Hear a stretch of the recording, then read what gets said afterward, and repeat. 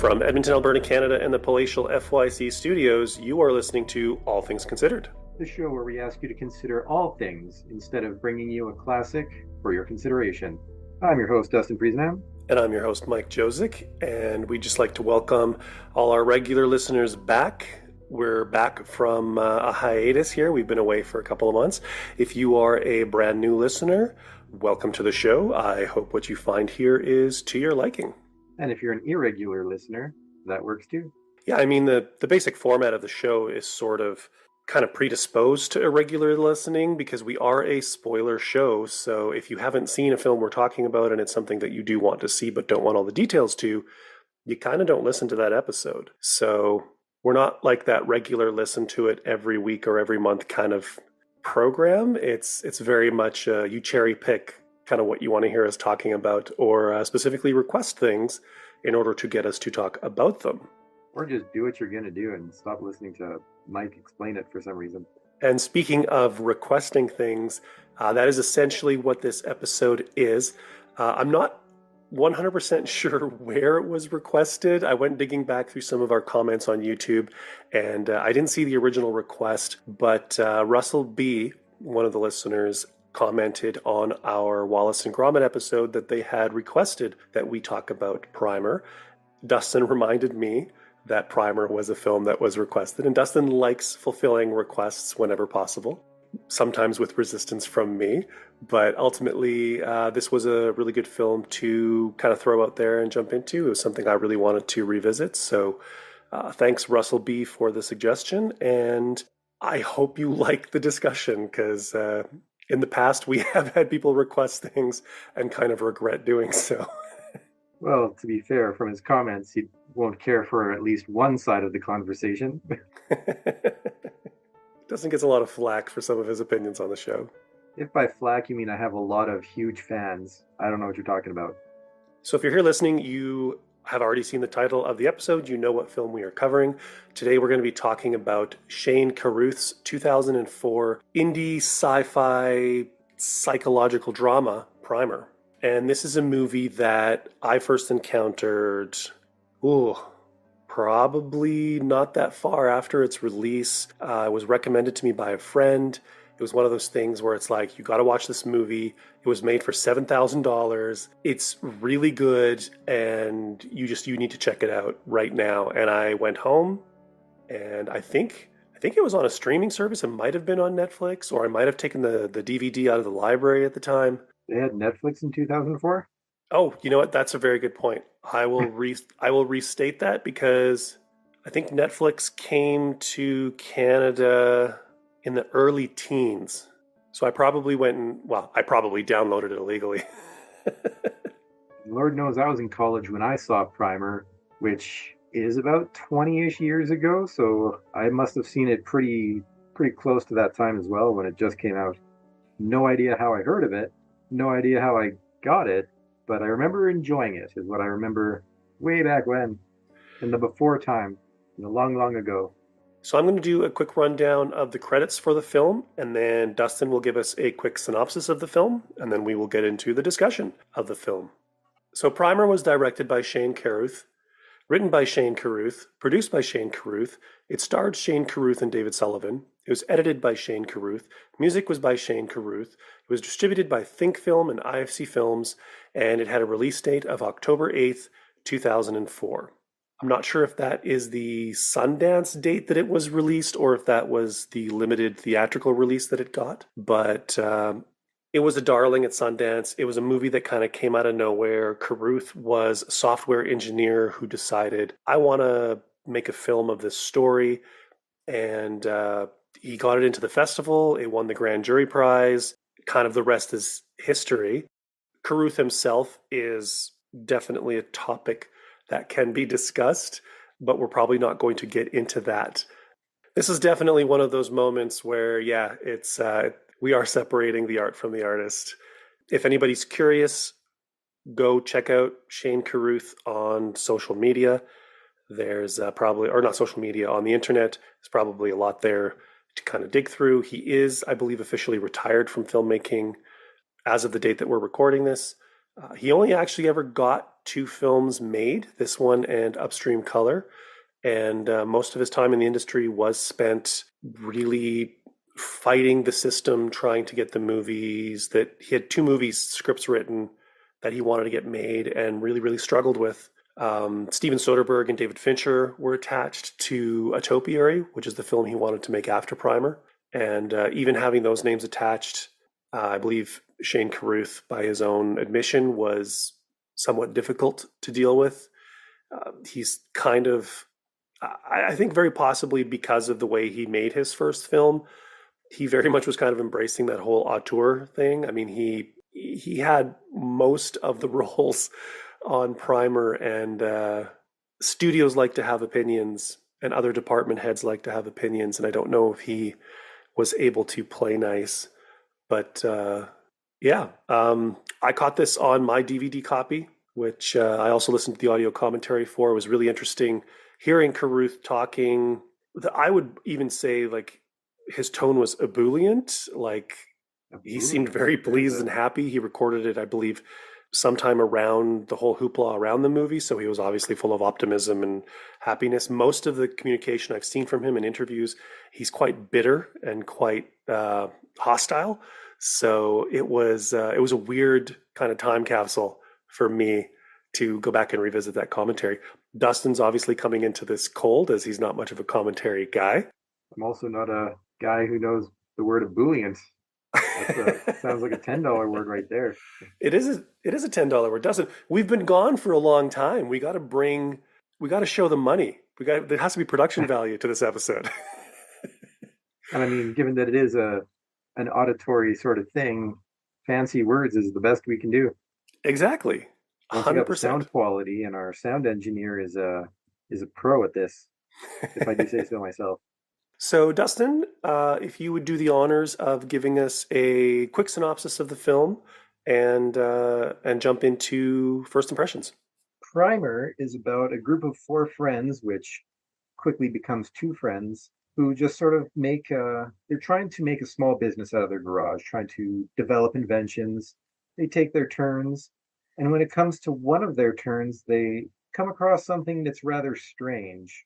It takes a bit of explanation throughout the central part of the film, but effectively he realized that he made a time machine where he could go back in time to a previous point. And they start to use that in order to make money, as one is wont to do. But they're doing their best not to affect anything else in the world, though one of them has the idea of, well, what if I went back, did this thing, and then I went back and stopped myself from doing it? At that point, it becomes a little less clear as to what's going on, as they have tertiary machines sitting around. They go back even further, and then there's multiple versions of themselves.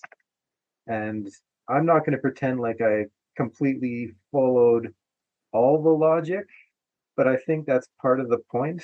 It You're gets a setting little, yourself up for to be a target because I am definitely going to lay into the people who claim they don't understand this movie a little bit later. well, there's just a few pieces as to where and when things are happening that I feel, I don't know if it's unclear or that I just missed something, which would be odd because I wasn't doing anything else at the time. I had all my attention because I was waiting for it to lose me. And at one point, it just suddenly sorted it. We'll see in the discussion if I did miss anything. And it is true that there are some things in this film that weren't made purposefully clear because it is told from the perspective of the two main characters, Abe and Aaron. And Carruth said that he didn't want the audience ahead of the protagonists. He wanted the audience to have all the information that those two characters had. So if anything tripped you up, that probably was what it was. Well, to be fair, all the information is just what those two have, and there is a point where they're both hiding stuff from each other. 100%. And that's where once they get that whole reveal, that becomes a little bit different. In particular, when the one points out, haha, I was actually listening to a script that I gave myself already because I'd gone back even further through the failsafe machine that I found. And obviously, they don't tell you who built the failsafe, how many machines there were, and it becomes a bit more convoluted. On my second viewing of it, though, the one thing I definitely noticed was that at first it is very slow. It takes its time getting to where it's going, probably so that you're fully aware of the methods and the means by which they're doing what they're doing. They go step by step. They cover it a few times, and even just when it comes into the psycho or the technical babble and the jargon, they're very abstract about it, so that no one's going to be coming in later on and saying, "Hey, hey, hey, you said this, and this is how physics works." No, they spout off a little bit of techno babble without saying how it actually incorporates into anything else. And I think that was very smart, especially after watching enough Star Trek. What did you think about all that techno babble, especially as someone who's seen Star Trek as well? I was a fan. I picked up pretty much right off the bat that they weren't just talking bullshit. Like this was actual science talk, and finding out that Carruth was a software engineer, that he worked in a tech industry. His dad, I believe, was an electrical or mechanical engineer. So this is stuff he knew kind of who to talk to get the verbiage right, and he really wanted them to be talking not only real stuff, but he wanted them to be talking about the stuff like they knew what they were talking about. So it was meticulously rehearsed in order to get naturalism to it. Plus, they're very much going for that Robert Altman naturalist dialogue where people are talking over each other. I know that's a complaint that's often been levied against this film, is that people can't follow what's being said because there is, people with multiple trains of dialogue. These two characters are talking about something, and then a character walks in to ask a question of one of the characters, and then he has to kind of like split his conversation between the two of them. I mean, that's what real life is. I feel like that's where the dynamism comes from. I mean, you said it was really slow. I did not feel the film was very slow. I mean, it's a 77-minute movie. I feel like every minute of this movie counts, even like the opening logos and the end credits, because it kind of brings you into the film and it gives you a minute to sort of process as you come out of the film. I'm a huge fan of economy, and to You like a nice tight 90 minutes, that's for sure. I do. Apparently, there's a movement these days where a lot of people are saying like enough with the 3-hour epics for every frickin' movie. Like just give us a nicely told, tightly edited story. And there isn't a lot that happens. I mean, I could see how you would find it slow because it does take a little while for them to actually discover that the box is doing something that they were not anticipating that it do with the Weeble. But then because the way they're talking about things and because there's stuff going on, like I think that's what gives all of that exposition sort of life. And I mean, it is a movie that was made, like I said, for $7,000. There's one single visual effect in the entire film, and What effect was that? Because I can't even think of it right now. it's when the camera dollies over to the DV camera to show the paper The egg? clippings floating. Oh, the paper clippings. Yeah, that's the only visual effect. He did that on his laptop. Everything is done with editing. It's all about just having a really compelling naturalist story that you can kind of let yourself get pulled into. Once you create that sense of suspension of disbelief, like you don't need $200 million digital effects because you just take for granted what they're telling you is happening. And more often than not, you sort of see the consequences of what's happening rather than sort of the event itself happening. But I think it's an incredibly successful film on a lot of fronts. This was, I think, my third or fourth viewing of it, and I'd forgotten a lot. So seeing like the scene where he's got the headphones in and finding out again that it's like, oh, he was listening to the conversation. Actually, I'm not sure if he was listening to the conversation or if that was the duplicate of Aaron recording the conversation for the first time, because that's his character starts recording things and keeping that notebook so that he can keep going back and doing the things, because then he discovers that there's the failsafe machine that Aaron or that Abe set up so that he can go back and just kind of reset the whole thing. If And that's the thing. If he was the first person to see that, in order for that version of him to do the recording or even have that information that he should be looking at that, you're already looking at the bootstrap paradox to an extent, because now he's had to have gone back to have prepped himself for that and then go back again and speak over it in the secondary ones. And that's where I feel some of the timeline gets a little funky because they're talking about how they're doing it every single day. And even within the film, one of them says, I don't know how many times he had to go back in order to perfectly craft this single day, this single event sort of thing. If there's one fail safe, then how would he go back multiple times that far?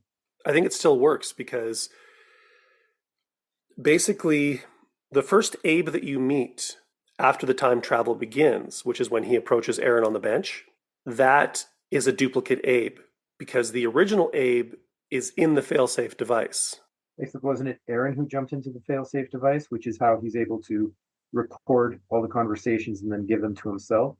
Aaron discovers by looking at a manifest at the storage unit company, he sees that Abe has actually booked two storage units. So he checks out the other storage unit, finds out there's a failsafe. Knows exactly what it's for, and then starts his own planning. Because he's also the person who sets up the whole saving the sister from the ex-boyfriend assault, which he then hands over to Abe later on at the end of the film for whatever reason.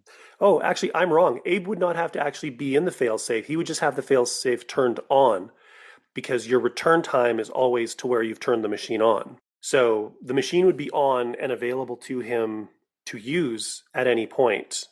But when Aaron discovers that the failsafe exists, he starts to utilize the failsafe to jump around, and that's what starts to cause the issues. That's why he's the first one to show blood coming from his ears before Abe does, because he's been traveling longer. That's why when they're walking through the hallway and Abe grabs the wrong lock for the storage locker, Aaron points to which the right one is because he's already been there more times than Abe has. There's a lot of little things that are in there.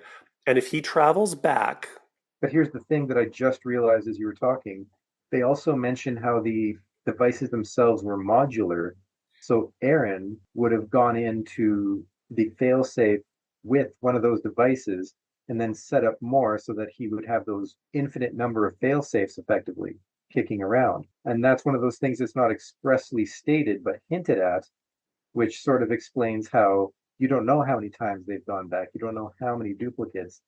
You don't know if that storage facility isn't just nonstop errands all day, every day.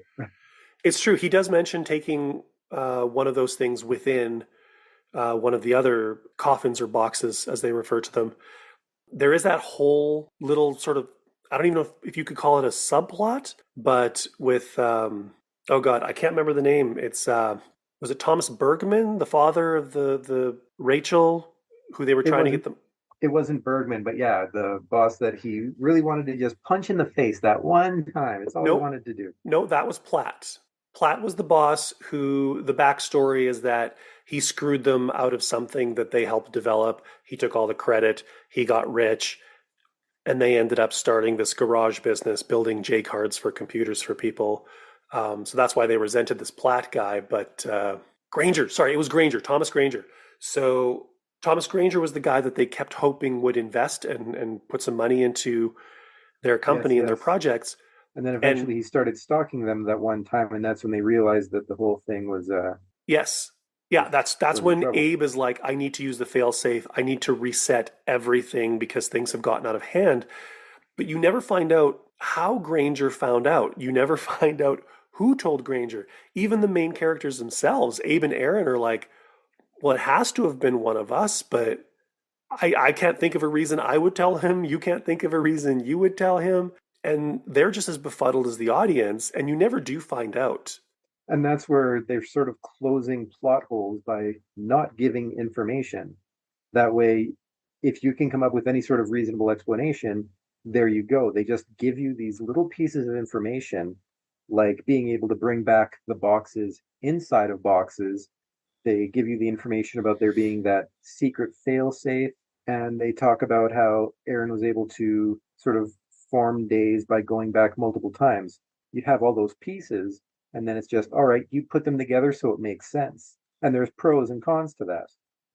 I did enjoy hearing, like, Carruth said that as the writer, you sort of need to have reasons for things, even though the not the pretense, the Even if the audience doesn't know all the pieces, you as the writer should, so that it exactly. all does make sense in some way.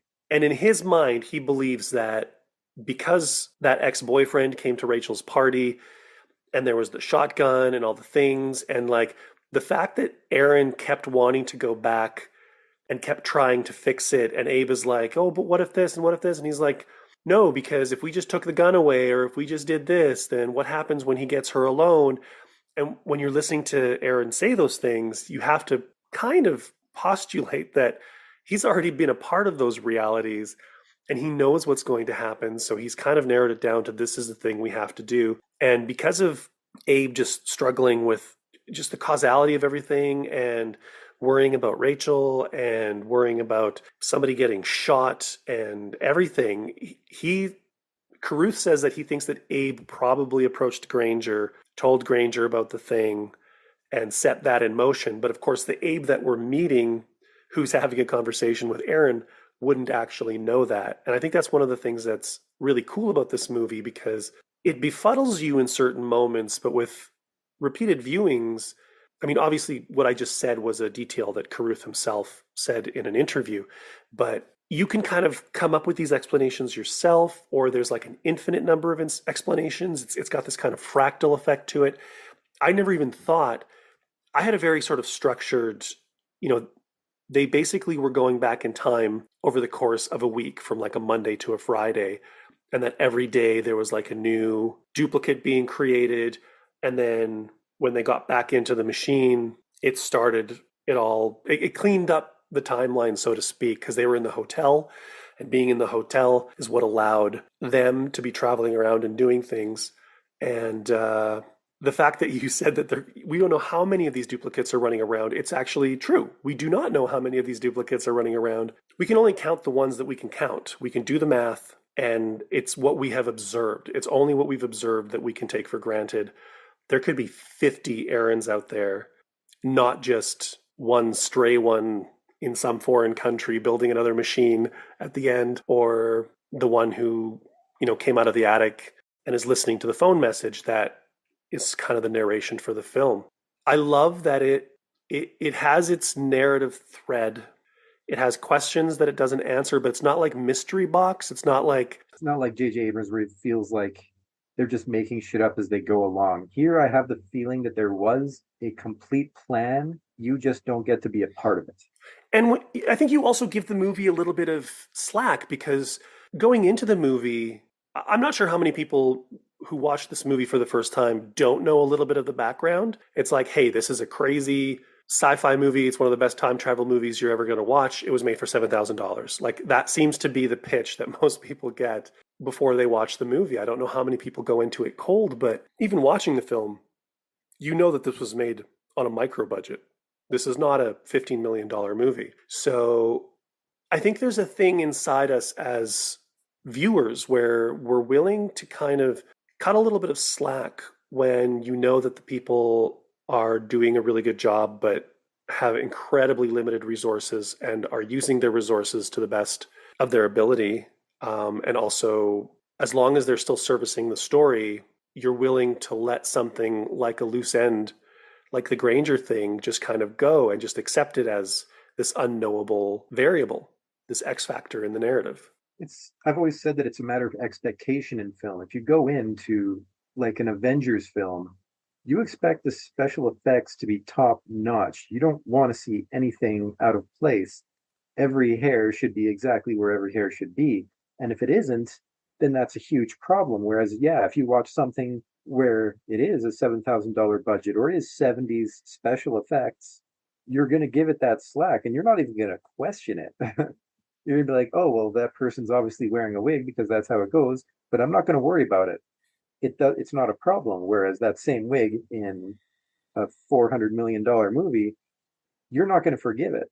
The irony there is that the wig in the $400 million movie, while they may still technically on paper look like they have the resources for it. A lot of those big budget movies, the schedules that they're on, the amount of stuff that they have to juggle, it's shit like that that kind of can fall through the cracks, or it's a last minute thing. I mean, for crying out loud, we bag on Marvel movies a lot on this podcast, but I went to see Ant-Man Quantumania, and I found out like about a week after I saw that movie that Marvel literally rewrote and reshot the ending of that movie a month before release.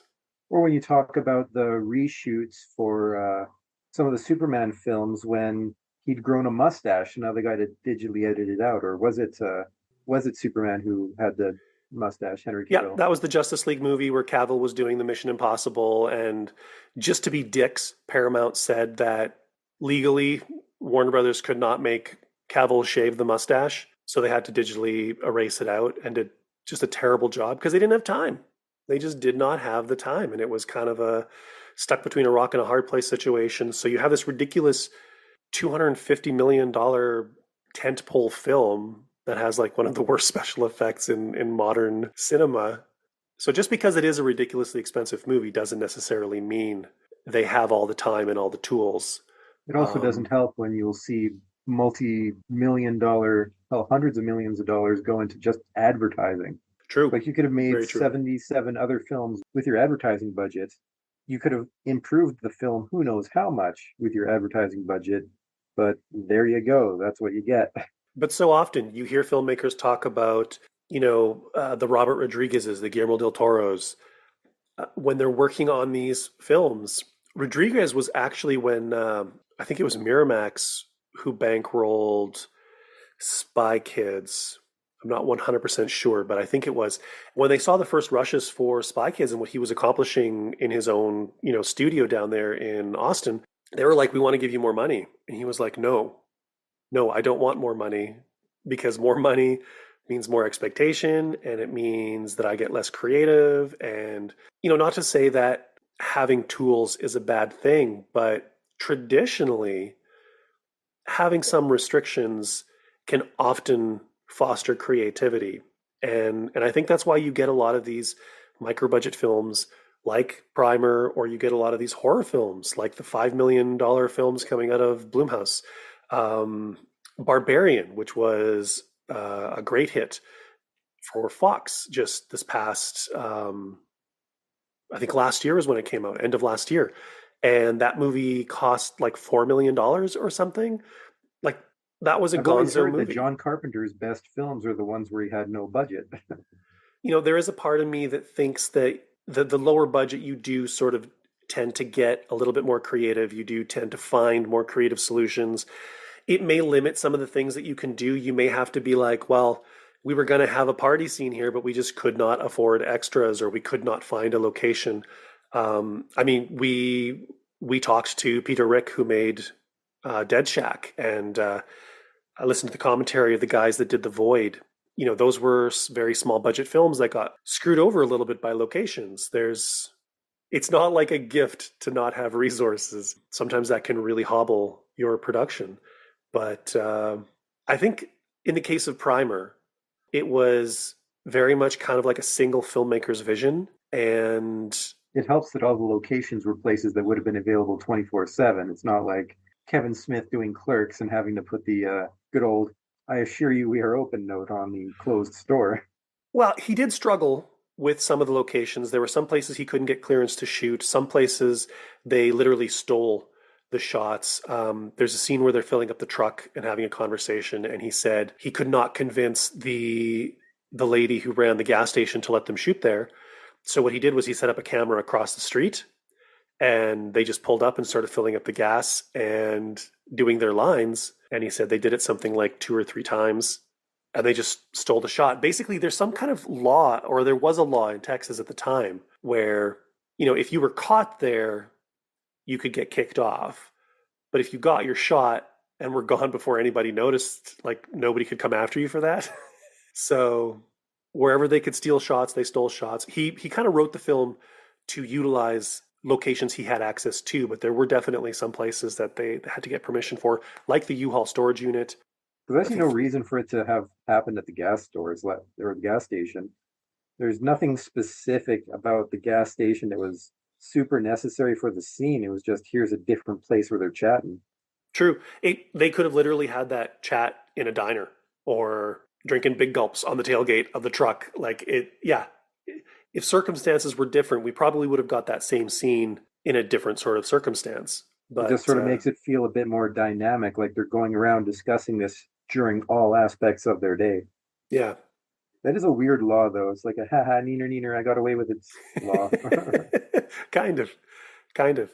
Another thing that I actually find really interesting about this film is that it did come out at a time where people didn't think, or the industry as a whole wasn't thinking in terms of like if you wanted to do a sci-fi movie, you didn't do a cheap independent movie because sci-fi was all spectacle. And I think horror movies were probably still, horror movies are traditionally that movie where if you can afford some blood and if you can afford some cheap, makeup, you can make like some gory exploitation film and it'll get straight to video.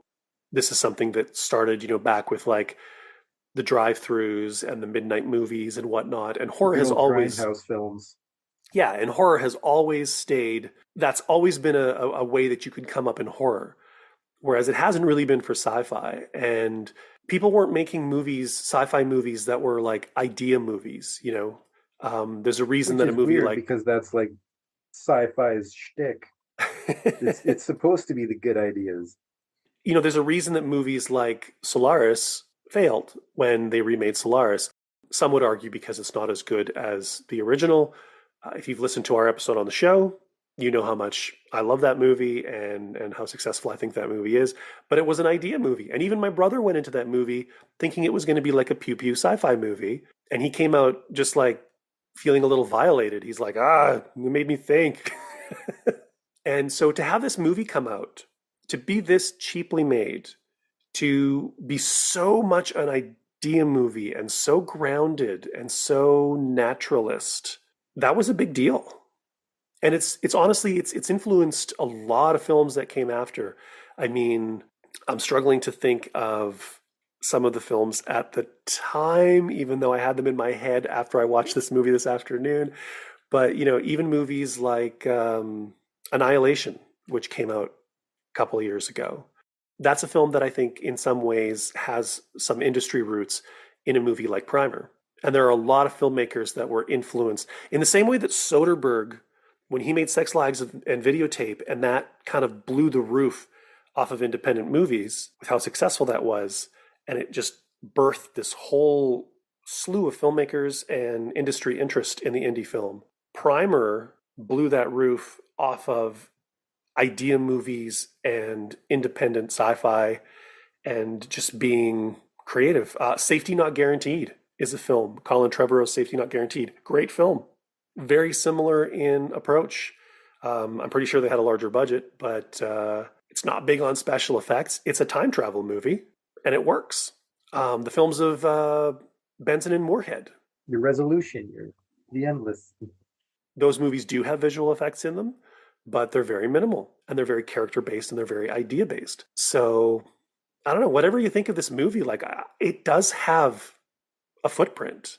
Though I'd have to go back into like all sorts of movie history and you'd have to talk to all sorts of directors to see if this was the film that really influenced that for them or if it was another one that might have done it beforehand. Because you talk about stuff like The Rope or 12 Angry Men, where, yeah, it's no special effects, it's one room, it's no big budget, it's just an idea film. It's not like this is the first and only film to have done that up until this point. No, but like I said, it was For a way to doing it approach as sci-fi sci-fi. is definitely different. Given that it's And sci-fi, you can think of a lot of like sci-fi movies in the 60s and 70s. Once we got 2001, it took sci-fi out of the 50s B movie vibe and the drive-through vibe. And people were like, oh, sci-fi can be think pieces. So we started getting what some people would argue is pretentious sci-fi. But we got films that were think pieces. And you can go back through the last whatever 60, 70 years of cinema and find times where studios were bankrolling sci-fi that was think pieces. Which is Both, weird because you look at classic sci-fi novels, your Heinlein and all sorts of other things. There's a lot of think pieces in there. and then you start getting, your iRobots in the 2000s, which is a ridiculous Will Smith action movie. But you've got your Darren Aronofsky doing Pi. You've got Hollywood strays away from the think pieces and goes for the amusement park ride. Meanwhile, indie film kind of continues to develop and evolve with the ideas. And double, meanwhile, Japanese anime is able to do both of them at the same time. Thank you, Ghost in the Shell, and other cyberpunk and other such fun things. Carruth has also said that he views his characters in this film as essentially kids. They're working in their garage. They've got their little logo they've created with stickers and t-shirts. And when 20 they're somethings with a garage band engineering style. and when they're faced with a real serious ethical problem, he doesn't think that they handle it very well. And I think the whole preamble to this was talking about, idea films and idea sci-fi, and like so much of the discussion around science is ethics. Time travel is always about causality. They were so focused on whether or not they could that they didn't ask whether or not they should. So I really like the fact that this explored, a lot of people have said that there aren't any characters in this movie that are likable. What did the wife ever do to them?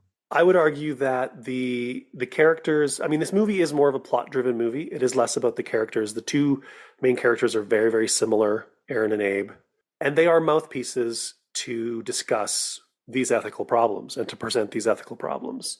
But I feel like they're mouthpieces that work better for me than, say, Randall and Dante. You mentioned Clerks earlier, and Randall and Dante just feel like puppets to me for Kevin Smith, and they just all speak in Kevin Smith's voice. I don't really distinguish too much between the two of them, and obviously aren't dealing with any serious ethical problems.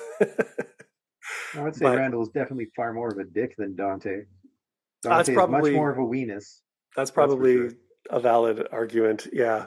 But what did you think of we talked about how this has some unanswered questions and how it sort of leaves some things dangling. Even the ending itself, clearly one of the duplicates of Aaron is in another country somewhere, in some airplane hangar, building a much, much larger box. What was your take on the ethics of this movie and the questions that it's asking, and how did that tickle your brain, and how did you feel about these characters? I think the biggest ethical question is just not wanting to wreck anything. They don't know how it works.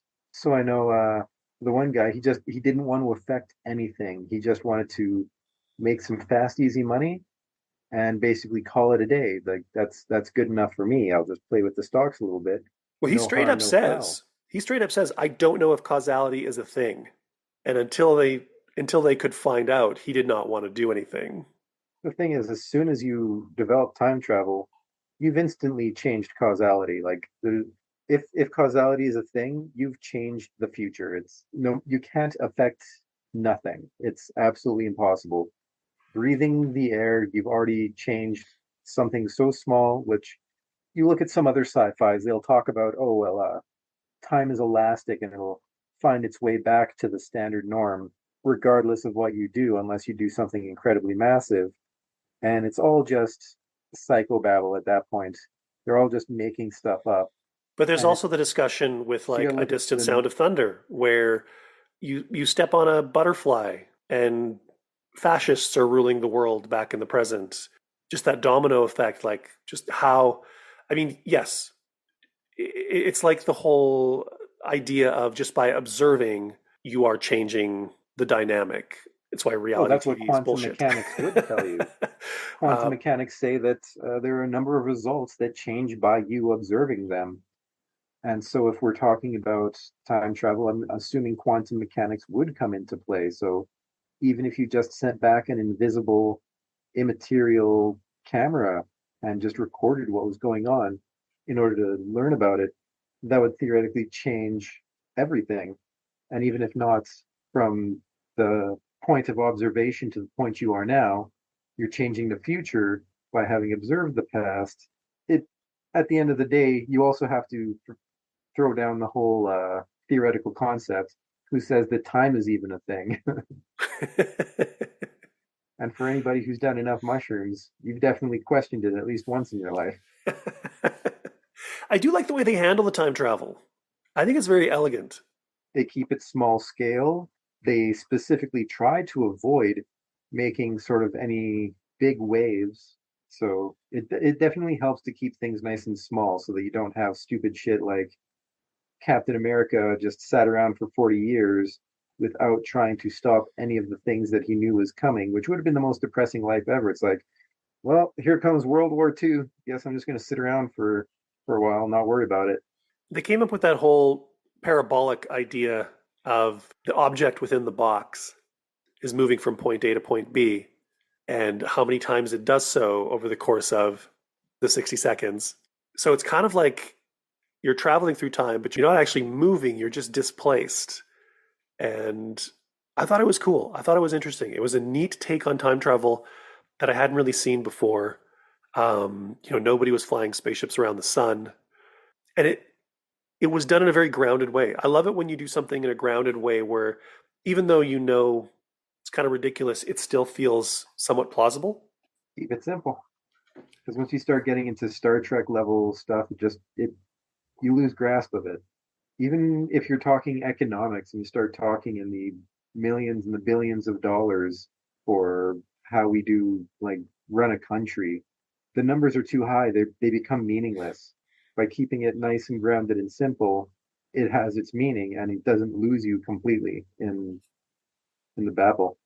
I also like how this movie really accentuates the importance of editing because the arrangement of scenes, what you're showing and not showing, how quickly or how slowly you're showing them, How it you really, reveal the bits and the pieces, which was done slowly enough. Hell, it was done slowly to Aaron so that he would understand it. He would come to the conclusions himself, and that sort of was done with us, the viewer. I really do feel like a good 70% of this movie was successful because of the editing. Because without cutting it the way it was cut, you would have had to have filled scenes with other things. You would have had to have had some effects, or you would have had to have had more exposition or locations or whatever. Or more characters than the two of them. Yeah, yeah. And this is a bit of a digression, but you just mentioned the characters and it just reminded me. I kind of love how these two guys, they become so intimately close because they're spending so much time together over the course of this week. And then by the end of the week, it's like they don't know anything anymore. They know too much and they know too little. And as a result, they can no longer be around each other because they can't trust anything, including themselves. It just, I don't know, it leaves on such a I don't know moment. And I kind of like that about these types of movies. I like having my brain poked at, and I like being left in a place where I'm forced to think about things. And I know that's not for everybody. And judging by a lot of the reviews that I've seen of this film, including the skim I did on Letterboxd, it's really not for everybody. I said that I was going to lay into some of the responses earlier in the episode. I guess this is as good a time as any. The amount of people who were just like, I don't get it. I don't understand what's going on. I can't follow. I'm hoping they're on their phones because by the end of the movie, even if you don't follow all the little brass tacks pointing out, this is what happens here and then it connects to here and whatever, if you get to the end of the movie and you get the broad strokes of what has happened, that's successful. But if you're just befuddled, I have to believe you're not paying attention. They went so step by step that if you're not following it completely by at least halfway through the movie, after that, once they go into the failsafe, I will allow for a modicum of confusion. But up until that point, everything is so very straightforward that if you don't understand it, you're not paying attention.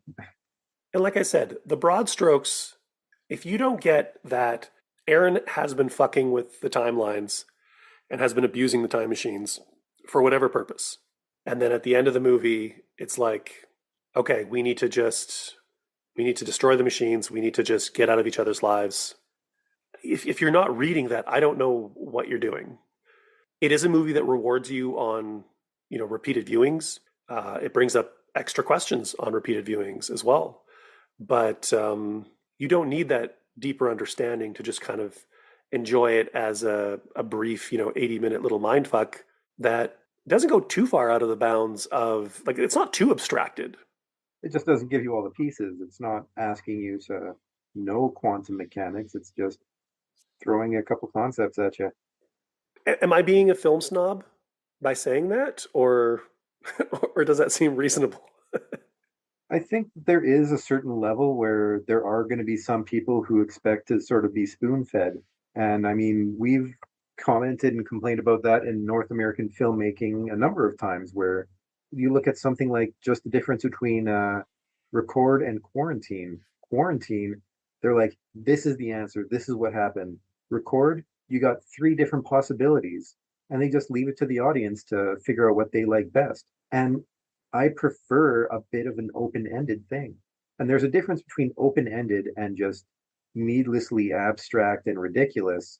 We're not talking about trying to say that David Lynch has to be 100% clear at all times. Like there's a difference between the David Lynch and Primer, but there's definitely levels of how much is put on the audience to understand something. I And if saw you're people watching, literally say they thought Mulholland Drive made more sense than Primer. sometimes I think people just say things just because they might say that, but then it turns out they never actually saw Mulholland Drive and they're just like, I'm aware that Mulholland Drive is confusing, so I'm just going to say it. I mean, Mulholland Drive is deliberately obtuse. Primer is actually explaining itself as it goes.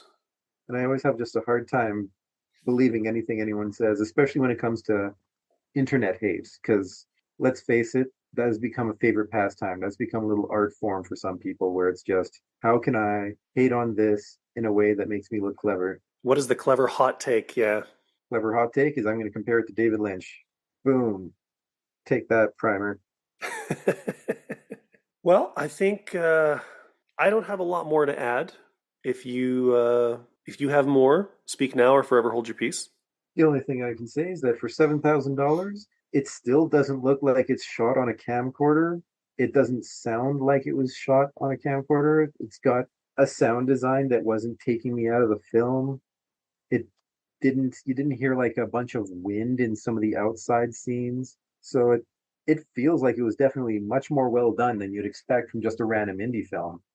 It was actually shot on 16 millimeter film, and they paid for a process to embiggen it to make it fit the widescreen 133 format or 185 format. I can't remember which one it is. Also, about 50% of the dialogue is ADR. They looped it. And he said he didn't invest in good sound equipment because he wasn't thinking about that at the time. And he greatly regretted it, although you could kind of tell that you see a little bit less looping sort of as the film goes on. But they were very conscious of the types of sounds that environments would have, and the fact that they were shooting with sort of subpar audio equipment as far as what they probably should have been using. So I do think that the sound design is surprisingly good. You can tell that it was shot with a lot of heart, is sort of what I'm getting at. Yeah, and somebody who was particular. Like they weren't just like, "Hey, I shot it. I'm going to put this up on YouTube," kind of thing. He was like he wanted to push it as far as he could to sort of the most excellent version of the film that he could make. The best film I can make for under 10 grand. And that's awesome. And honestly, if this was actually an episode of FYC, I would be voting it a masterpiece. I really do think that I haven't seen Upstream Color yet. It is something that's on the list. It's something that got complicated when I started learning more about what's been going on with Shane Carruth in the last few years. But it is still on the list, and I'm very interested to kind of see where he went with this. But this movie is literally in the top three, definitely top five time travel movies that I've ever seen. It's I've just definitely really, heard it referred to as the best time travel movie out there a number of times. I think that's might be how I even got to know about it in the first place. I would agree that I would probably place it as a masterpiece. I do think that there is some issues with the level of open-endedness that's entirely debatable, but at the end of the day, especially as an indie film, I think it would deserve that title. Having mentioned Moorhead and Benson now, and as we're talking about this, and we're talking about time travel, and we're talking about the micro budgets, and I made the comment about curious to see sort of where Carruth goes after this. We threw out Resolution, and I kind of want to revisit Resolution because that two-hander of Resolution and then The Endless, where it's a movie made for nothing and then a movie made for nothing and change. The Endless was definitely made with more skill and a little bit more in the bank for like visual effects and stuff, but still made with very much sort of the same ethos and just how those two movies fold together. Like I'd almost be curious to see what a second kick at the cat for Primer would be. I mean, if things didn't go the way they went with Carruth as a human being and a filmmaker, I would have been curious to maybe see him revisit the world of Primer, not necessarily like a sequel to Primer, but something that That's what had you meant. Gotcha. something that had connections to the original film, the way that The Endless is connected to Resolution. So, Yeah. anyways, so that's how Dustin and I fell on our feelings for Primer. If it's a movie that you have seen and you have feelings about, Russell, if you wanted to respond to us responding to your request, hit us up on our social media, YouTube comment wall, basically anywhere that you can leave a comment, please do so. And if you want to make sure that our record for requested films maintains its sparkling integrity, be sure to have requested a film that you actually don't like, so that now that we're both saying it's a bit of a masterpiece, you can be upset by that.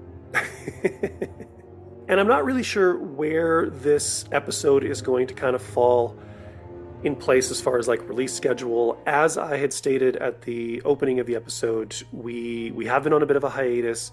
We had an episode that was planned to come out sometime before New Year's and Christmas, and then we were gonna do an anniversary, which is our January episode, where we did like a State of the Union and also discussed the Sight and Sound list, but again, hiatus. So you might be getting the year-end review from us next. You might be getting Jane Dillman next. You might be getting Mike's next choice next.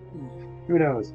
And we do still have to release that before New Year's episode, our December episode, which was Pirates of the Caribbean. It will probably drop with whatever the next new episode is.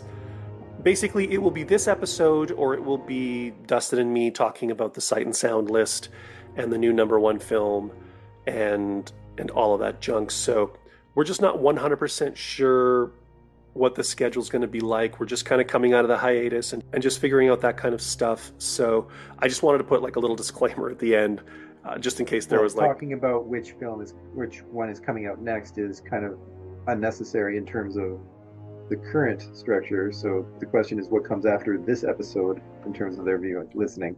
Exactly. So bear with us. Probably for the first couple of drops, we may not know what is what, but we will be getting back into our usual idiom, I suppose, for lack of a better word. At the end of the day, what's coming up next hardly matters, because you'll see it you'll see the title of the film when it comes out. Which actually kind of works funny in an episode where we're talking about like time travel and going back and changing things, because it might be... There you go. Might be that we're talking about this movie, but then you go and you use the fail-safe device. This is what we're doing. 100%. How many versions of this recording have we done already? 100%. That is what is going on right now. This has worked out perfectly in a narrative sense. I'm comfortable with this now. I love this now. As long as you're happy, buddy. That's what I'm here for. I mentioned the social media. Hit them up, like, follow, share, and subscribe in all the places, in all the ways. Help promote the show by sharing us on your social media. Word of mouth is a powerful tool, and we are not afraid to ask you to wield it. It helps build awareness for the show, helps feed the algorithms, and if there is an option to rate, whether it's on Spotify or Apple or wherever, give us a rating. Obviously, we love the good ratings, but we want you to rate honestly, so do as thou shalt. And with that, I don't really have anything else to say. And neither do I, except for that my kid is no longer screaming and crying, so must be dead. So I should probably go down and check in a bit. And on that wonderful note, thanks for joining us again. Thanks for letting us talk in your ears for a little while. I've been your host, Mike.